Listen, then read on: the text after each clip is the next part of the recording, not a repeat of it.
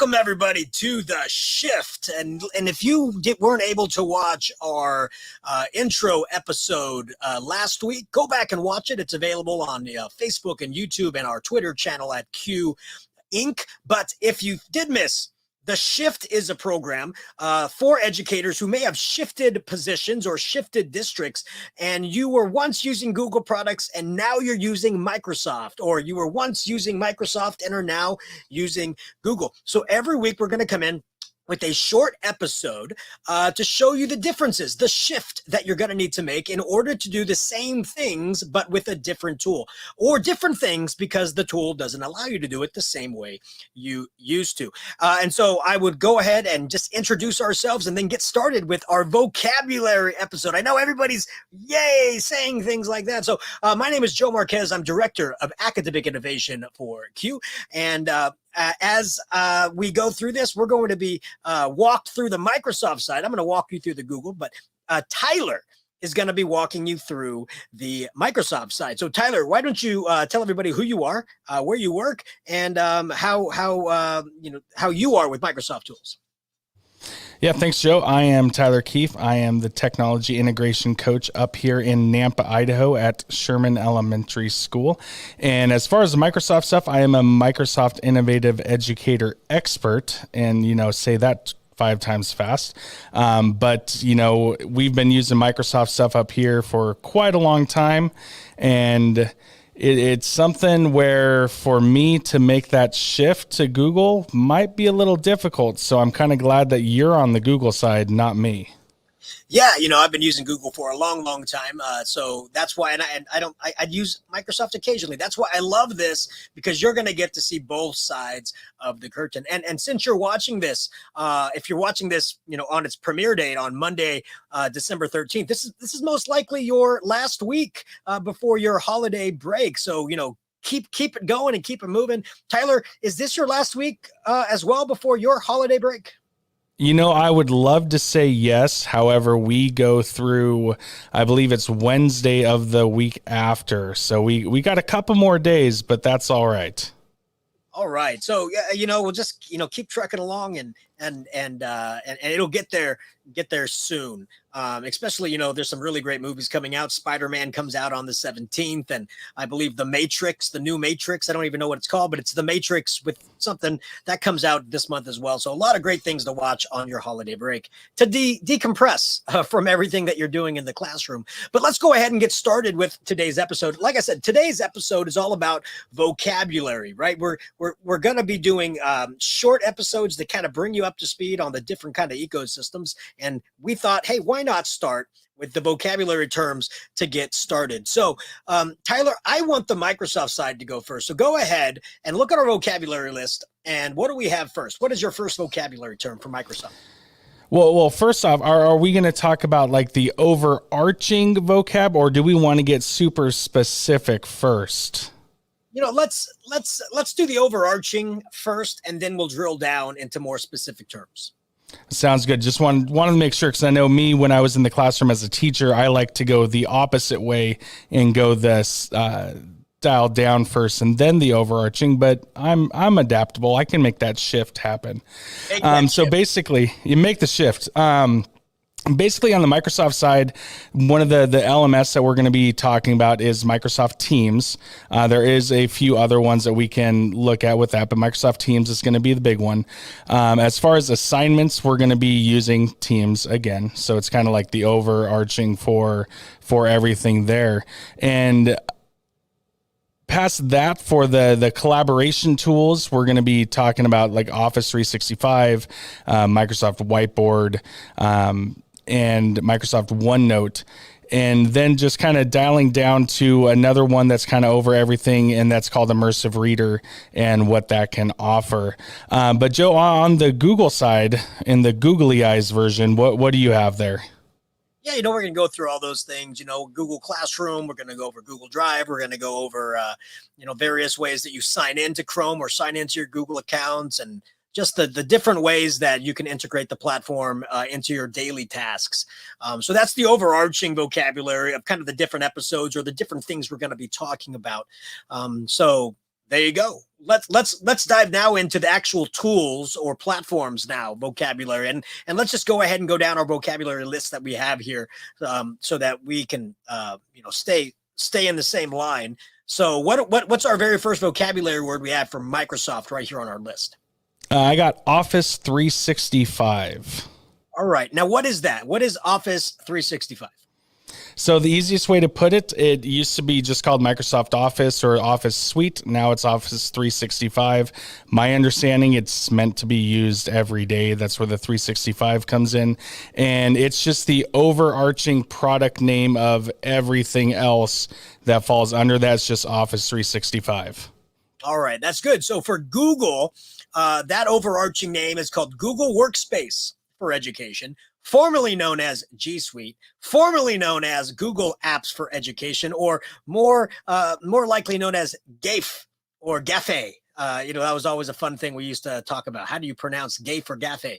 But that is what Google is. So the overarching is called Google Workspace for Education. Don't forget the for education, because there's another Google Workspace for business. This is for education. All right. So there's the overarching name. What about the search engine? What is the search engine that Microsoft would use if students are doing some research? So the search engine Microsoft branded is Bing Search. However, the one that I can't talk, good grief, because I got jumbled up in my head there. But the one that everybody uses is actually, honestly, Google. Yeah. So Google search. Yeah. Google. Yep. Yeah. that would be the Google side as well. Now, what browser are they using to get on the internet through their device? Well, so here's where it gets kind of difficult. At my school, we're an Apple school, and so we're actually using Safari to do most of our internet browsing. But Microsoft does have a specific browser to them, Microsoft Edge, and Microsoft Edge does work on Apple products now. So we are starting to see that work more and more on teachers' MacBooks and iPads for the students. And it's actually built quite well to work with those, but it's actually built on the Google Chrome engine. Yeah, and well, there's a story behind that, right? The Google Chrome engine is the number one utilized browser in the world. And so developers, if they want their stuff to work on the majority of people's devices, they have to develop for the Google Chrome browser. So that's why Microsoft made that shift. And I say that because all of the Google tools that I'm going to be talking about, besides Chrome, are web-based. That means they don't have to be installed on-prem onto your device. And I know, Tyler, some of yours are both. They're hybrid. You can have it downloaded on-prem, or it can be in the cloud. So as we go through this, make sure we let people know if it has to be downloaded to your device, or if it is in the cloud, or if it can be used in both ways. And so as we said, Google Chrome is the browser that the Googlers use. And that is also the operating system that is utilized on Chromebooks. It is built off of the Chrome OS, or the Open Chromium open source. So that's what it is. And I want to say that again, because all the Google tools are made to work best on the Chrome browser. In the past, what I've experienced is if a student did come into the district with their own device, like let's say a MacBook, and they use Safari, the Chrome apps did not work as well on Safari, did not work as well on Edge. So just be prepared. If you're using a cloud-based device, a cloud-based service, if you're using it from a competing company, it may not work just as well. So I want to make sure our listeners understand that. All right. So our next one is, what about the drive where everything is kept for students, teachers, and so forth? What is it called in the Microsoft realm, that cloud drive? So Microsoft, it is called OneDrive, which used to be called SkyDrive many, many years ago. And that is one that does have a platform that you can install on your computer. However, it can run completely in the cloud as well. So you do not have to actually download anything if you do not want to. Wow, very good. Yeah, so Google has Google Drive. Google likes to put their name in front of these, so just don't be prepared. So Google Drive is where all of your files are stored. There is also a program you can download to your computer to have a file folder available to automatically upload to your drive if you place anything in that Google Drive on your device folder. So they do make those connections. One thing I will say about Google Drive, like when you go into your Google Drive, that's where everything is. That's where you can open up all the different tools that we're going to talk about. That's where everything is stored. If somebody shares something with you, it's going to appear in your Google Drive. So Google Drive is going to be your mainframe of all of the documents you're collaborating on, creating, sharing, that kind of stuff. It is all done. It can be all done through Google Drive. So no need to go into any other program to find your files. It's all right there. And with Microsoft on that point there, I would say it's all under that Office.com umbrella now, where, you know, Google, you say Google Drive. For me, I say OneDrive, but the way to get there is through Office.com, the way that I found best, to be honest. But it does do that where if you got something shared, all your documents can be accessible from that one spot. It's just not as known of a name as Google Drive, I should say. Gotcha. So yeah, so if you're transitioning from Google to Microsoft, make sure you know that your OneDrive is where you're going to have those files. So now let's dive into the names of the different apps that were there. So what about the word processor? The word processor application in Microsoft? Well, you said it right there, Microsoft Word.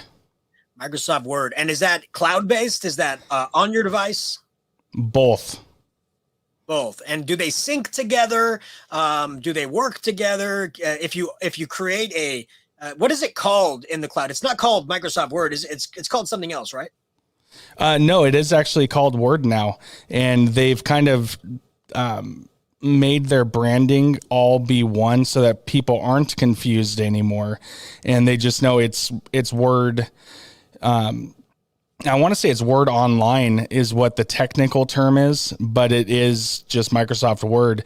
And it's at that point now where the cloud-based version, the internet version, is very, very similar to the client-based version that you would download. So there's not many features that aren't there anymore. And there is a lot of the real-time features that you get with Google work hand in hand in Word as well. So if you're going to collaborate with somebody, it's all in real time. Good. And that's the main point there, just because I know a lot of Googlers who tried Microsoft in the early days, like 2014, 2015, there was a huge disconnect between working on your on-prem Word and working on online, and the connection wasn't there. So I'm glad to hear that those connections are being made and that can be worked. And saying that so that our Googlers out there, if you're transitioning, that is in place now. So for Google, their word processor is called Google Docs. There is no on-prem product. It is all cloud-based, and that is where you do your word processing. You can add hyperlinks to create something called a hyperdoc. You can share with fellow collaborators, and you'll see those in real time. And then with all the tools, you can even add not add assignments, but add tasks to different people. Say, hey, I need you to finish this portion or that portion. So all of those cool things can be done in Google Docs. But again, future episodes, we're going to do a side-by-side of Word and Google Docs. So what about presentation software on the Microsoft side? Yeah, that'd be Microsoft PowerPoint, and it's a hybrid, can work in the cloud and as a client based on your computer. Excellent. Everybody knows PowerPoint. That was like the king, right? But in recent years for education, a lot of people in the Googler space, they use Google Slides, and a lot of Googlers will think it is a travesty if all you think of this is as a presentation software. A lot of people like to think of it as a creation software because so much can be done into it. They almost actually use Google Slides as a secondary word processor, but more multimedia rich. So not necessarily as a presentation, but activity tool. So that is Google Slides. So what about the cell document? what spreadsheets? Is that a spreadsheet a tool? So what is the spreadsheet tool for Microsoft? Yeah, and it's a program that is very, very underused by a lot of different venues, but that's Microsoft Excel, and that is both hybrid, so it can be the cloud and on your computer. And there's actually a lot of really, really powerful things that it can do. However, it's just kind of the forgotten child of them all, unless you're really into analytics and the business world. And what do you got over on the Google side? Yeah, well, so we have Google Sheets. Google Sheets is over on the Google side, and just like Excel, you have different formulas that you can add to make it do a variety of things. I will say that some of the formulas are the same as Excel, some of them are different, and so that's going to be a big point of contention from moving over from one to the next. Is that a lot of them do the same functionality, but it's a different way to get there, a different formula to get there. So that could be a learning curve. And what I want to do right now as well is I want to connect this with another of our tools that is down a little bit farther, and that is Forms. Okay, the Form tool, because Google Forms, which is a tool that you can create that you can ask questions and gather data from people and just send it out and do a questionnaire, or you can even do a test on it or a quiz on it. A lot of cool things. It automatically creates a spreadsheet for you from those forms. Now, I know that Microsoft has a Microsoft Forms tool that does all of those same things. Does it connect with Excel the same way that Google Forms connects with Google Sheets? Yeah, it's not as linked as I know Google Forms is. And, I've seen your video where you've gone in and done like an observation in the classroom, and you do it all on your Google Forms, and then it like automatically sends out an email or something. Definitely link that in the show notes for this one, because that was actually really cool. But I still have not found a way to do that in Microsoft. So anybody from Microsoft, if you're listening, let's figure that out. But it does, you do the form, you do the survey, and it will kick out a Microsoft Excel document at the end, and it can go live hand in hand, kind of, but not as easily as I've seen on the other side. Yeah, and again, when we're doing this, we're gonna be completely open and honest with you on some of the products that Microsoft has, Google doesn't have, or some of the products that Microsoft has more powerful features than the Google side, and we're gonna say the same thing about Microsoft. But when we dive deeper, we'll show those to you, and then maybe we'll try to hack them to make them actually work in a different way if we can. Right. So when we get to that Google Forms, Microsoft Forms section, we'll dive deeper into that. All right, so next, let's talk about mail delivery. All right, mail delivery. What do we have over on the Microsoft side? Well, that one is Microsoft Outlook. And again, that's both in the cloud and also client-based as well. Just honestly, on that one, the features are pretty much the same. It just truly depends on your preference if you want everything downloaded locally or not. Good, yeah. And then so for Google, it's Gmail, right? Gmail, born in the cloud is the cloud. There's no on device thing you download. And you can dive deep into the different features than we will that you can do different things on. But Gmail is the way to go there. The next one, I don't know how to say this, maybe like team collaboration or team meetups or something like that. This tool is just to make sure that your department can come together and message each other and meet. So what do we have for the Microsoft side? Well, we have Microsoft Teams, and that's just where you can, do everything, collaborate, left, right, up, down, select, start, A, B, B, A, the old Contra code. But that was actually stemmed from Slack, and Microsoft at the very beginning of the pandemic was slacking with Microsoft Teams. And then they made that shift, and now it's turning into a massively robust place for everything. On Google side, does Google have anything that's like that? So with Teams, what I know is, so in Teams, there is a place that you can do virtual meetings, right? There's a place that you can create like rooms and maybe different topics for different teams to meet up in. And also, doesn't that act as kind of like the LMS as well of the Microsoft ecosystem? Yep, exactly. Yeah. So Google does not have an all-in-one like that. In Google. So, and you could find these features in Gmail. They just added these about 6 months ago. They've changed Google Chat into something called Google Chats for individual chats, but also Google Spaces, which is almost like Teams, like almost different rooms that you can do. And you can add files into that and then collaboratively work on those files in the team structure. And I know Microsoft Teams has already done that. So I think that Google is trying to make Gmail kind of like that Teams meeting space. But for the LMS, you'd be utilizing Google Classroom. So that would be the LMS that the teacher and the students would interact with. Not to say that you couldn't use Spaces with your students or a Google Meet with your students, but it's just not all encompassing like Teams is. Sometimes teammates want to be able to do whiteboarding, brainstorming together. What does Microsoft have in that format? Well, they have Microsoft Whiteboard. It's a very, very basic program in its infancy, but they're starting to pick up the pace with a few things. However, I do know, and I am kind of jealous on this one because I've seen quite a bit with Google Jamboard. So I'm going to steal your thunder. I just gave it away, but Google Jamboard is way, way more advanced and cool. And so hopefully Microsoft will get there. I've used Microsoft Whiteboard. It's really good. I like what you can do in it. It's like an infinite canvas as well, so you can zoom in and zoom out.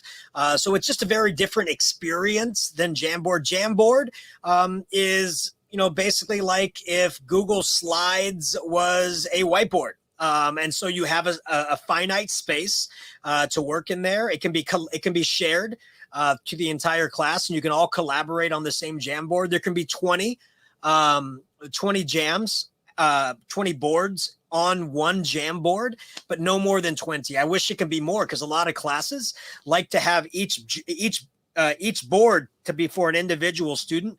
But if you have more than 20 students, you can't really do that. And then a lot of teachers have to decide, is this something I can do in Google Slides as an activity, or is this something I would do in Jamboard with the activity? And it all depends on if digital inking is your preference, or if multimedia integration is more your jam. And then you would use Google Slides. So I have a lot of teachers that ask, why would I not use Google Slides for this? Or it's just a different experience, more whiteboarding type. So so Jamboard is the kind of whiteboard activity for Google. But again, we'll dive deep into that when we get to that episode.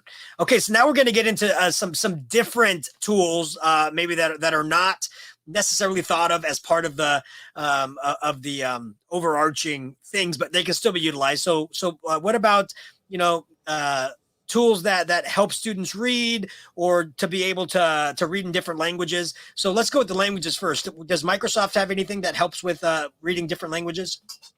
Yeah, actually, this will be a 2-for-1 because there is something called Microsoft I was looking in the wrong spot. My bad. Microsoft Immersive Reader, which will read the text for the students. It can actually highlight the different parts of speech as it's reading it to them, and it can show it to them in different ways. But also built into Immersive Reader is Microsoft Translator, so it can take that text and translate it to pretty much any language that you need it for. I was just looking at the list a couple of days ago, and it's crazy how many different languages are in there. And with Microsoft Translator itself, you could take a picture of what you are reading in class, and then it will translate the whole body of text for the student, and you can send it to them as either like a Word document or a picture itself. Yeah, so on Microsoft side, there's Google Translate.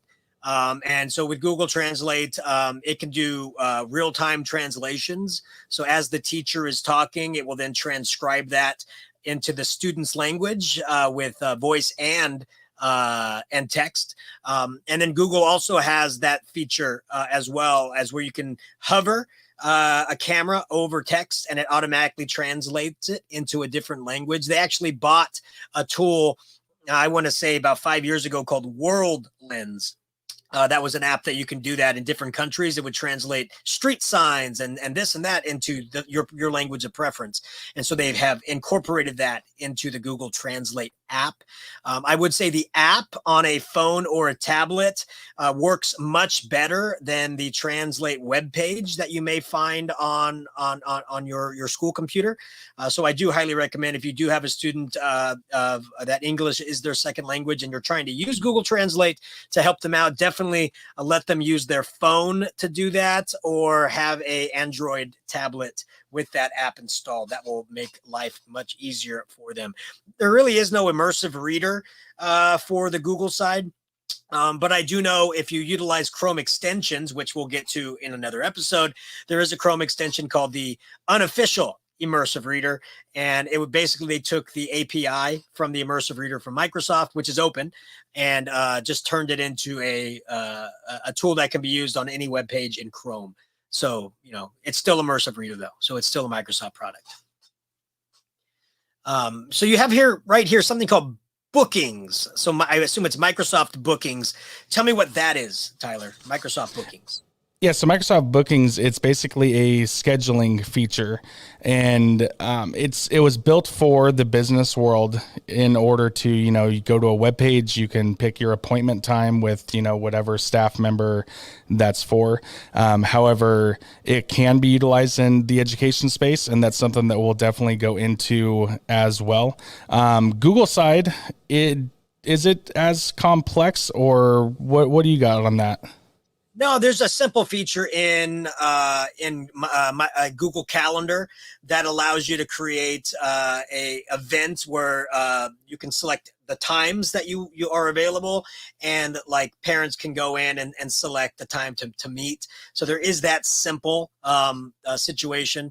But for the majority of times, I know teachers utilize third parties. So like Calendly, they'll connect Calendly to their Google Calendar and use that. Or early in my days of ed tech coaching, I used You Can Book Me, and that would connect to your calendar as well. So those are some things that you can do, but there's nothing like Google Bookings or anything like that.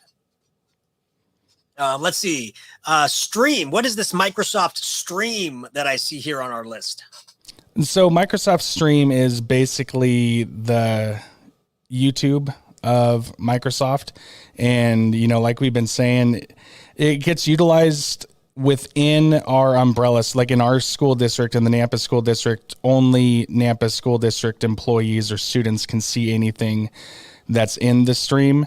So we just have it restricted. So it's kind of like our in-house YouTube, but for anything else that we do have to go out to YouTube and use that. Yeah. So as you know, so Google owns YouTube. So YouTube is their video platform. And when you have access to YouTube through your Google admin console, that's where you would go in and make all the admin processes and policies for what students can see and not see. You would be able to have YouTube blocked, or have teachers be able to click and unblock or request things that are unblocked. So a lot of work goes into it, but you know, it can still be utilized within the education space as well. Sway, Microsoft Sway, talk to us about that.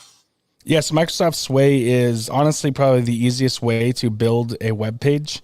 It's a weird like child of PowerPoint, because you could make a PowerPoint and then turn it into a Microsoft Sway, which then turns it into a web page. So it's kind of like a web page slash presentation slash newsletter slash whatever tool. It's actually really super simple to use and really cool. But it's something that I have not seen on the Google side. Is there anything that's similar?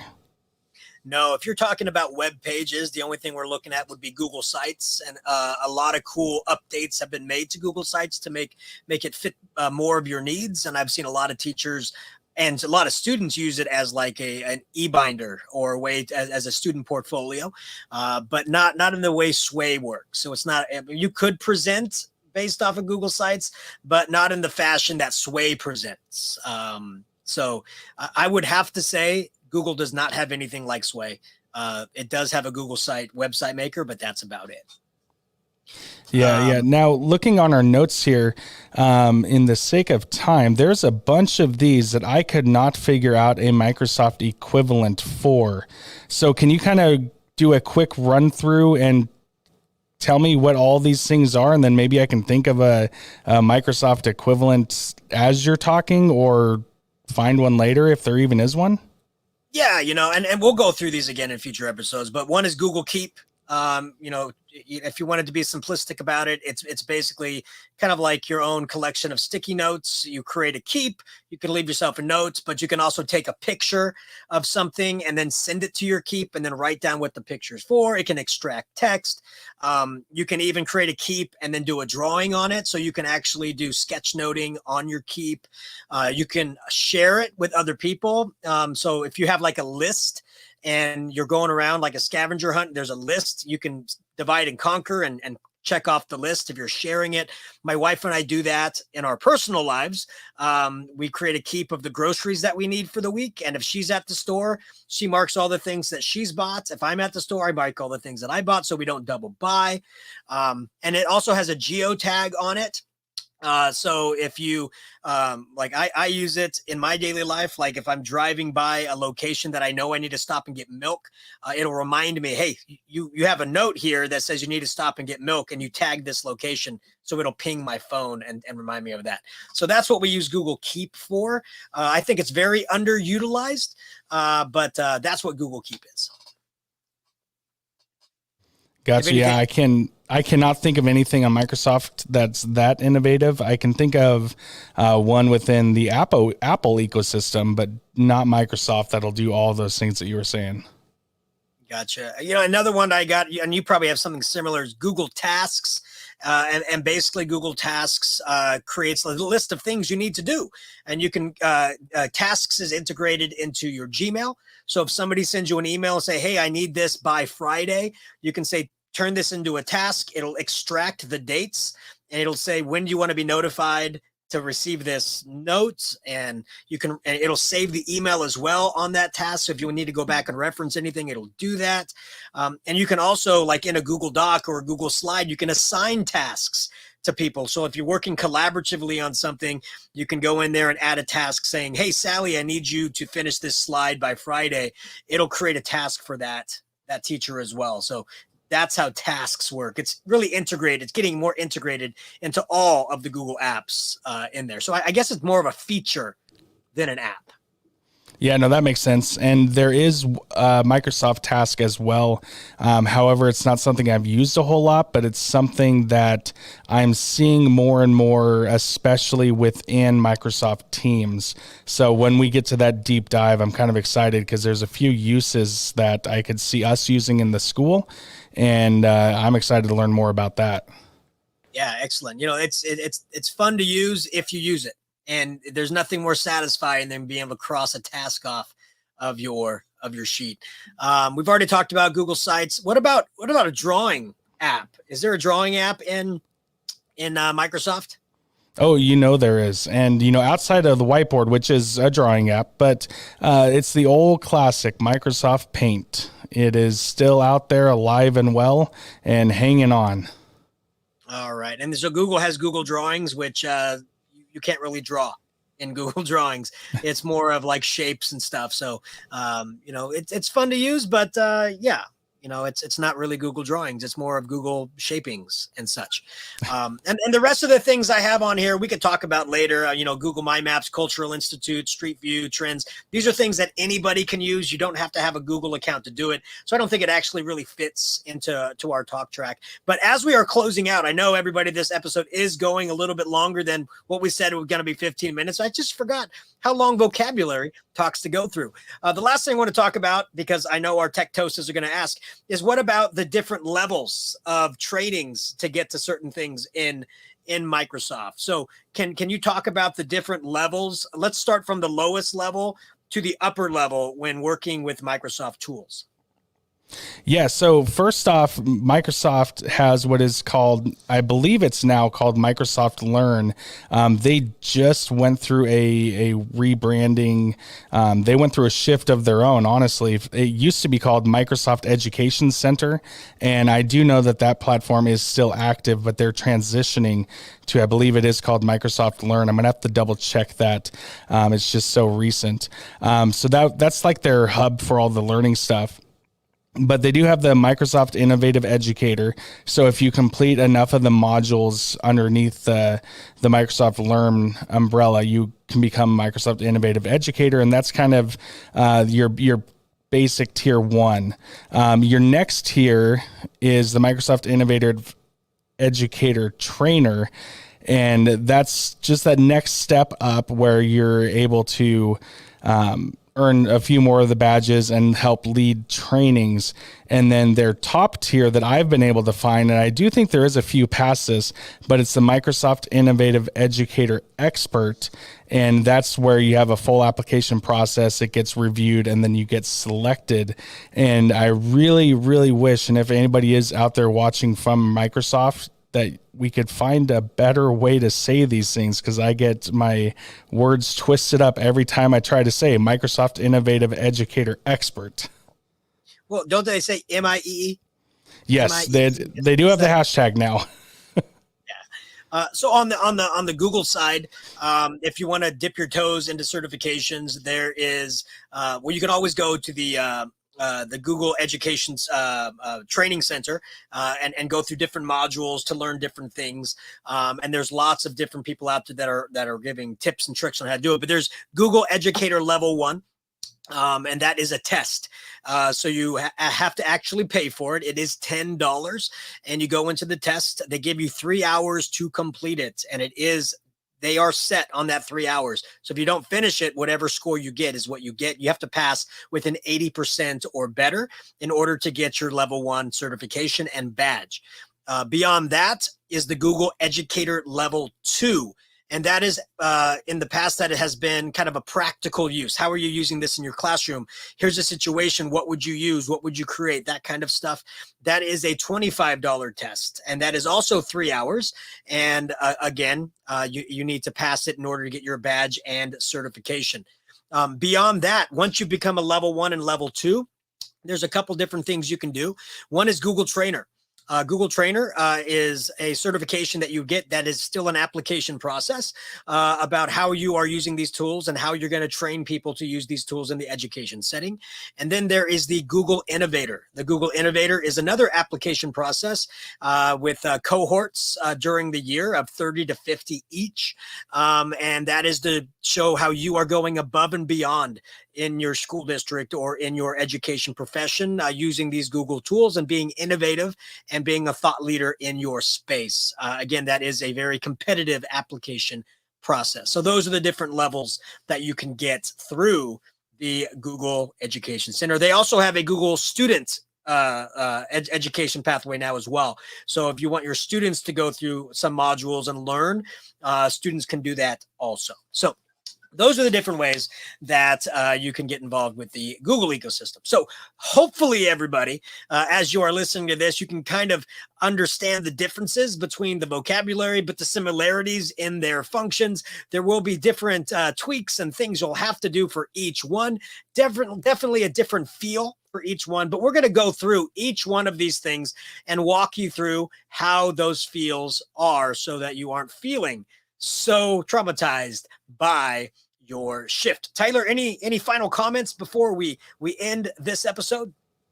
Yeah, one thing I wanted to mention, and I have heard this from educators before when they are shifting from one to the other, they're worried that their documents aren't going to work.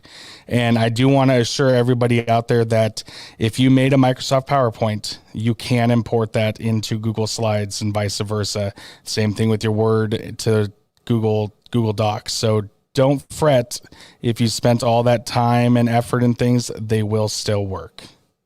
Yeah, this is not like a Microsoft PlayStation situation where if you wanted to move over to a different platform, your Xbox games won't work in the PlayStation thing, because they won't.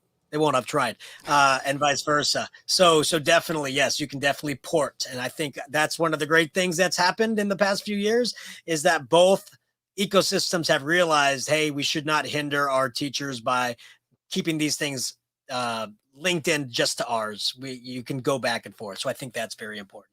So thanks everybody for joining us for the Shift for this special vocabulary episode. In future episodes, we will dive deeper into the tools and screencast for you how to use them. So thank you so much for watching. Thank you so much for doing everything that you can for education. And I hope this podcast is seeing you forward in a wonderful transition into the holiday season. Have yourselves a wonderful